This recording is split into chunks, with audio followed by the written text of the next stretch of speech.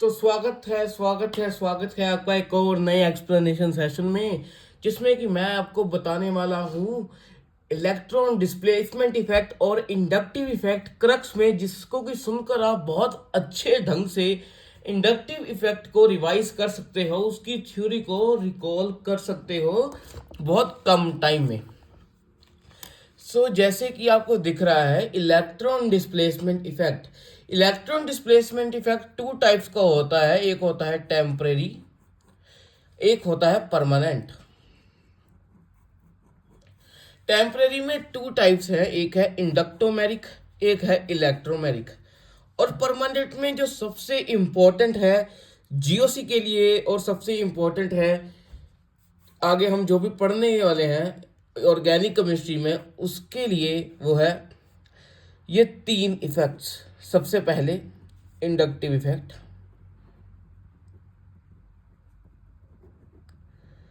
इसको हम आई से भी डिनोट कर देते हैं। उसके बाद रेजोनेंस, इसको हम आर से भी डिनोट कर देते हैं, या एम से भी कर सकते हैं अगर हम इसे मेसोमेरिक इफेक्ट भी कहें। और तीसरा हाइपर कॉन्जुगेशन,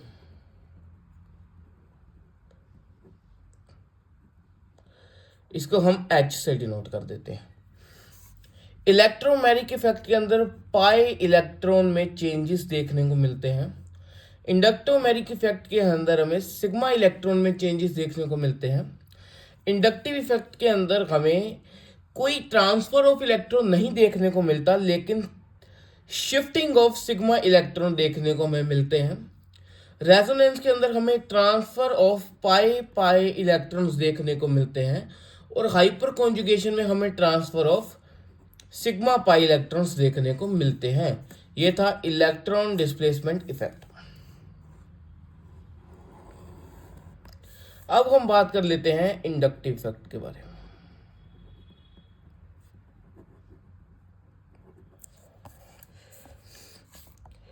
इंडक्टिव इफेक्ट का मतलब ये है कि जब कभी भी हम किसी भी कार्बन एटम को या किसी भी एटम को, ज़्यादातर ऑर्गेनिक पढ़ रहे हैं तो हम कार्बन ही ले लेते हैं, किसी भी कार्बन एटम को उससे ज़्यादा इलेक्ट्रोनेगेटिव एटम से अगर हम बॉन्ड उसका कराएंगे तो उसके जो सिग्मा बॉन्ड है थोड़े उसके तरफ शिफ्ट हो जाएंगे। और उसकी और जो ज़्यादा इलेक्ट्रोनेगेटिव है, जैसे मैंने यहाँ पर फ्लोरीन लिया है, उसके ऊपर डेल नेगेटिव चार्ज आ जाएगा, और जिससे शिफ्ट हुआ है उसके ऊपर डेल पॉजिटिव चार्ज आ जाएगा। इस शिफ्टिंग ऑफ इलेक्ट्रॉन्स को हम कहते हैं शिफ्टिंग ऑफ इलेक्ट्रॉन्स को हम कहते हैं इंडक्शन। शिफ्टिंग ऑफ इलेक्ट्रॉन को हम इंडक्शन कहते हैं। इस इंडक्शन की वजह से, ड्यू टू इंडक्शन, पोलैरिटी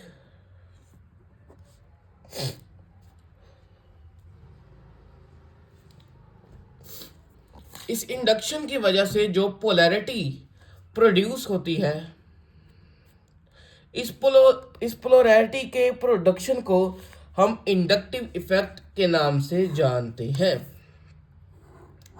इतनी सिंपल सी चीज है इंडक्टिव इफेक्ट, सबसे आसान इफेक्ट है पूरे जीओसी में।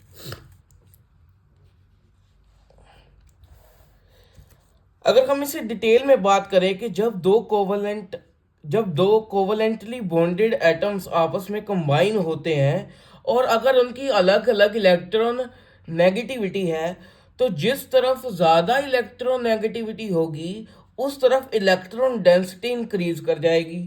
इलेक्ट्रॉन डेंसिटी इंक्रीज करते ही बॉन्ड शिफ्ट होना शुरू हो जाता है, यानी जो इसके बीच में इसके सिग्मा इलेक्ट्रॉन्स हैं वो इस तरफ शिफ्ट होना शुरू हो जाते हैं।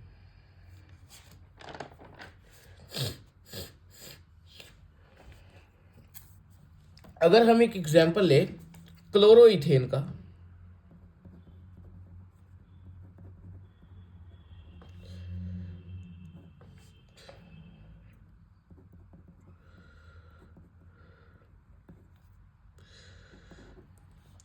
अगर हम ये एक एग्जांपल ले क्लोरोइथेन का, तो इसमें पता है कि Cl मोर इलेक्ट्रोनेगेटिव है। Cl के मोर इलेक्ट्रोनेगेटिव होने की वजह से ये इधर से उसके इलेक्ट्रॉन को अपनी तरफ डिस्प्लेस करना शुरू कर देगा। जब इलेक्ट्रॉन इसके तरफ डिस्प्लेस होने शुरू हो जाएंगे तो इसके ऊपर आएगा डेल नेगेटिव, इसके ऊपर आएगा डेल पॉजिटिव, और जो इसके साथ वाला बॉन्डेड आइटम है उसके ऊपर आएगा डेल डेल पॉजिटिव। यानी डेल डेल पॉजिटिव की पता से हमें ये चलता है कि थोड़े इसके भी कुछ इलेक्ट्रॉन्स शिफ्ट हुए होंगे, कुछ ज़्यादा नहीं शिफ्ट हुए होंगे, थोड़ी कम दूरी से शिफ्ट हुए होंगे इसकी तरफ। अगर हम इसका डेल्टा x2 माने, शिफ्टिंग का डिस्टेंस डेल्टा x2 माने, और इसका शिफ्टिंग का डिस्टेंस हम डेल्टा x1 माने, तो हमें ये देखने को मिलता है ऑब्जर्वेशन में कि delta x2 is lesser than delta x1। अगर हम ऐसे ही इसके साथ और लगा दें, जैसे कि हम बना दें CH3 CH2 CH2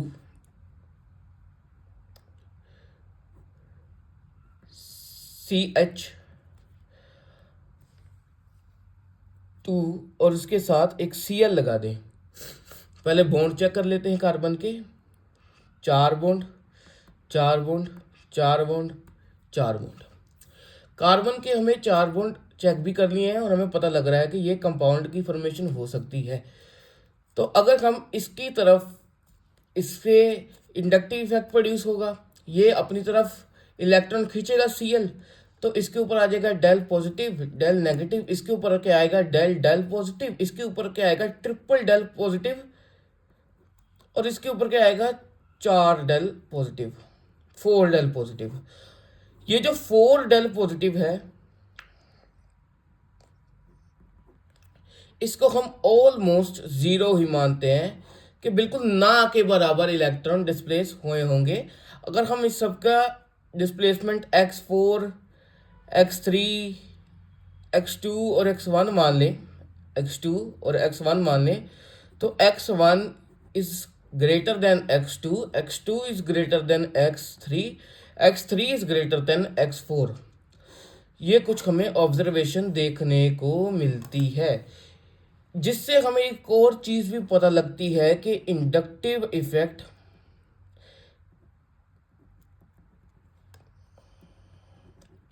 effect is inversely proportion of distance. यानी जैसे जैसे डिस्टेंस बढ़ता रहेगा इंडक्टिव इफेक्ट कम होता जाएगा, वो कम ताकत से इलेक्ट्रॉन को डिस्प्लेस कर पाएगा, कम इलेक्ट्रॉन उसकी तरफ डिस्प्लेस होंगे, कम डिस्टेंस से डिस्प्लेस होंगे, इसलिए इंडक्टिव इफेक्ट कम होता जाएगा। ये काफ़ी इम्पोर्टेंट रिलेशन है। अब हम बात कर लेते हैं एक क्वेश्चन के बारे में, छोटा सा क्वेश्चन करेंगे हम।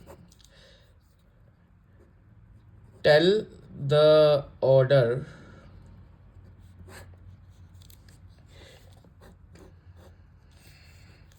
इधर F लगा है, इधर है डेल 1, इधर Cl लगा है, इधर है डेल 2, इधर है डेल 3। तो हमें बताना है कि डेल सबसे बड़ा कौन सा है। इन डेल के बारे में हमें बताना है कि किसके ऊपर ज़्यादा इंडक्टिव इफेक्ट लग रहा है। तो fluorine is more electronegative than chlorine, इसका मतलब डेल 1 सबसे ज़्यादा होगा। अब क्लोरीन के पास डेल 3 है, तो डेल 3 क्लोरीन के पास है, इसलिए इसके बाद डेल 3 आएगा, और दोनों के बीच में डेल 2 है, यानी ना ज़्यादा ये इसको डिस्प्लेस कर पा रहा है और ना ही ज़्यादा ये इसको डिस्प्लेस कर पा रहा है, इसलिए डेल 2 होगा। अब हम बात कर लेते हैं टाइप्स ऑफ इंडक्टिव इफेक्ट के बारे में। Types of inductive effect, inductive effect की टाइप्स आती है, एक होता है +I, एक होता है -I। अगर कोई इलेक्ट्रॉन डोनेट करने वाला ग्रुप कार्बन के साथ लगा हुआ है तो वो इलेक्ट्रॉन उससे लेगा नहीं, मीन्स कि कार्बन उससे इलेक्ट्रॉन लेगा, कार्बन के ऊपर डेल नेगेटिव आएगा और उस एटम के ऊपर डेल पॉजिटिव आएगा। जैसे कि अगर हम मान लें ए जो है वो कार्बन से कम इलेक्ट्रोनेगेटिव है, कार्बन से कम इलेक्ट्रोनेगेटिव है, तो ये कार्बन इससे इलेक्ट्रॉन खींचना शुरू कर देगा, कार्बन के ऊपर डेल नेगेटिव आ जाएगा, ए के ऊपर डेल पॉजिटिव आ जाएगा। तो हमारा ए एक इलेक्ट्रॉन डोनेटिंग ग्रुप हुआ, हमारा एक इलेक्ट्रॉन डोनेटिंग ग्रुप हुआ। तो अगर हमारा एक इलेक्ट्रॉन डोनेटिंग ग्रुप है तो ये प्लस आई इफेक्ट को शो करता है। इलेक्ट्रॉन डोनेटिंग ग्रुप को हम शॉर्ट फॉर्म में EDGV कह सकते हैं। और अगर कोई माइनस आई इफेक्ट शो कर रहा है तो वो इलेक्ट्रॉन नेगेटिविटी में कार्बन से ज्यादा होगा, कार्बन की इलेक्ट्रोनेगेटिविटी उससे कम होगी हमेशा, तभी तो वो इलेक्ट्रॉन अपनी तरफ डिस्प्लेस कर पाएगा और नेगेटिव आई इफेक्ट शो कर पाएगा। इलेक्ट्रॉन अपनी तरफ खींचेगा वो, तो अगर हम मान लें कि बी की इलेक्ट्रोनेगेटिविटी कार्बन से ज़्यादा है, तो अगर बी की इलेक्ट्रोनेगेटिविटी कार्बन से ज़्यादा है तो वो अपनी तरफ इलेक्ट्रॉन खींचेगा। अगर हम इन दोनों का बॉन्ड बना दे तो खींच लिया, बी के ऊपर क्या आ जाएगा डेल नेगेटिव, कार्बन के ऊपर क्या आ जाएगा डेल पॉजिटिव। तो जो हमारा बी हुआ उसने इलेक्ट्रॉन दिए कि खींचे, उसने इलेक्ट्रॉन अपनी तरफ खींचे, तो बी इलेक्ट्रॉन डोनेटिंग ग्रुप तो हुआ नहीं, उसने इलेक्ट्रॉन डोनेट तो किए ही नहीं। तो बी क्या हुआ फिर, उसने कार्बन से इलेक्ट्रॉन विड्रॉ किए यानी खींचे। तो इसका मतलब हमारा बी क्या हुआ, इलेक्ट्रॉन विड्रॉइंग ग्रुप।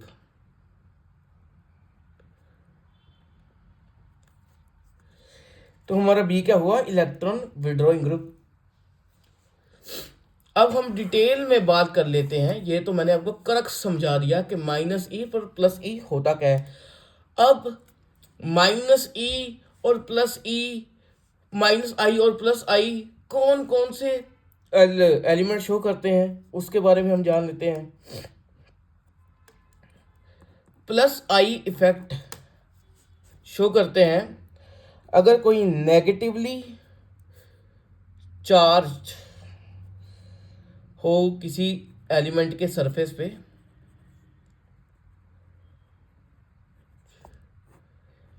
या कोई अल्काइल ग्रुप हो,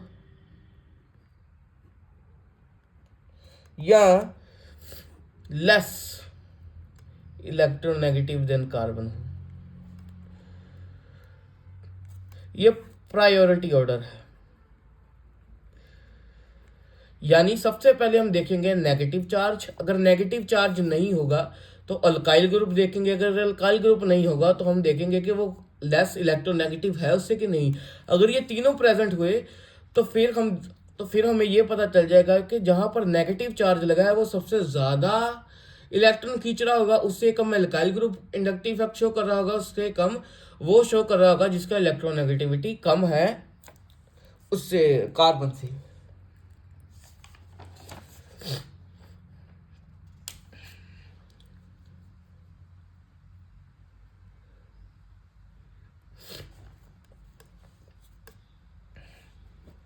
ठीक है, तो ये सिंपल सी बात है। अब प्लस आई सीरीज के बारे में बात कर लेते हैं। प्लस आई सीरीज हमें बताती है कि हमें कब कहाँ देखना है कि कौन सा ज़्यादा शो करता है, हमें कुछ एग्जाम्पल्स बता देती है। जैसे कि प्लस आई सीरीज में सबसे आगे आता है CH2-, पहले नेगेटिव वाले आ गए, नेगेटिव वालों में से भी ये हमें अगर मिल गए तो ये सबसे ज़्यादा करेंगे, NH-, O-, COO-, फिर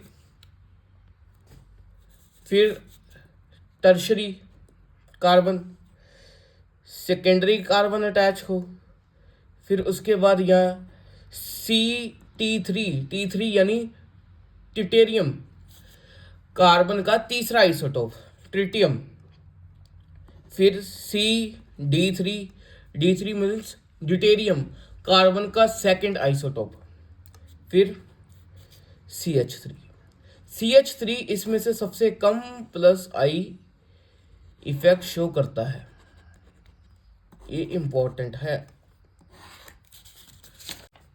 कुछ क्वेश्चन के बारे में, क्वेश्चन नंबर 1, Ct3 CD3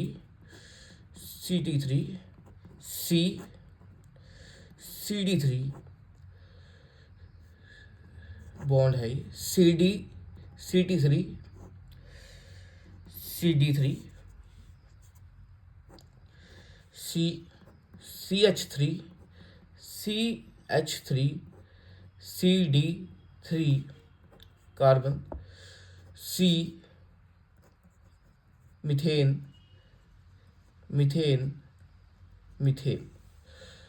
अगर मैं इसको कह दूं ABCD,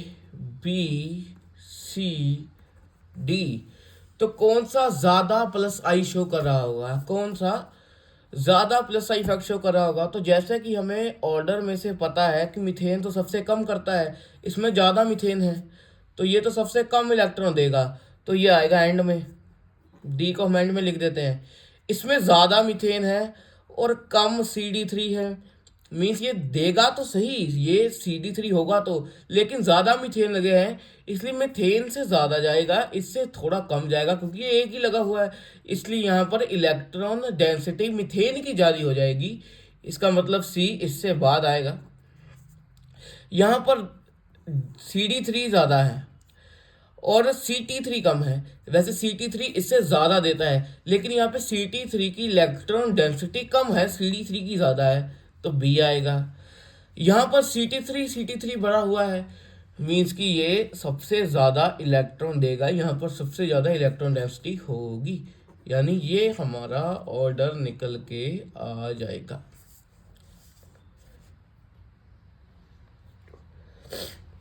अब हम बात कर लेते हैं एक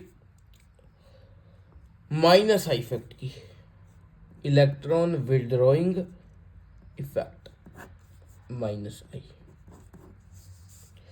माइनस आई इफेक्ट होता है पॉजिटिव चार्ज, इसके अंदर भी हमें देखना होता है NF3 अगर हो हमारा उससे ज़्यादा, उससे का NF3 सबसे ज़्यादा करता है, फिर हमारा करता है NR3, R यहाँ पर अल्काइल ग्रुप है, फिर हमारा करता है NH3 पॉजिटिव। फिर हमें देखना है पार्शली पॉजिटिव चार्ज हो, किसी के ऊपर पार्शली पॉजिटिव हो, जैसे कि पार्शली पॉजिटिव में से सबसे ज़्यादा करता है NO2, फिर करता है CN, फिर करता है COOH। फिर हमें देखना है इलेक्ट्रोनेगेटिविटी किसकी सबसे ज़्यादा होती है? हैलोजन, फिर ऑक्सीजन फैमिली, फिर देखना है नाइट्रोजन फैमिली, कुछ इस प्रकार से। तो अगर हम इसका एक ऑर्डर लिख दें तो वो होगा NF3, NR3, जैसे उसके अंदर सीरीज हमें बनाई थी, इसके अंदर भी सीरीज होगी एक NHR2, NH3, NO2, SO3H, CN, CHO aldehyde, COOH carboxylic acid, fluorine, chlorine, halogen आ गए, ब्रोमीन, आयोडीन, OR आ गया, ऑक्सीजन फैमिली आ गई। OH, नाइट्रोजन फैमिली आ गई, NH2, अल्काइल ग्रुप्स आने शुरू हो गए, C double bond CH, benzene आ गया।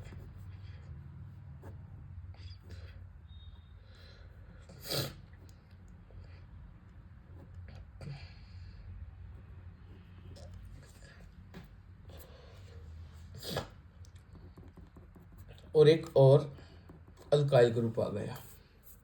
ये है -I सीरीज।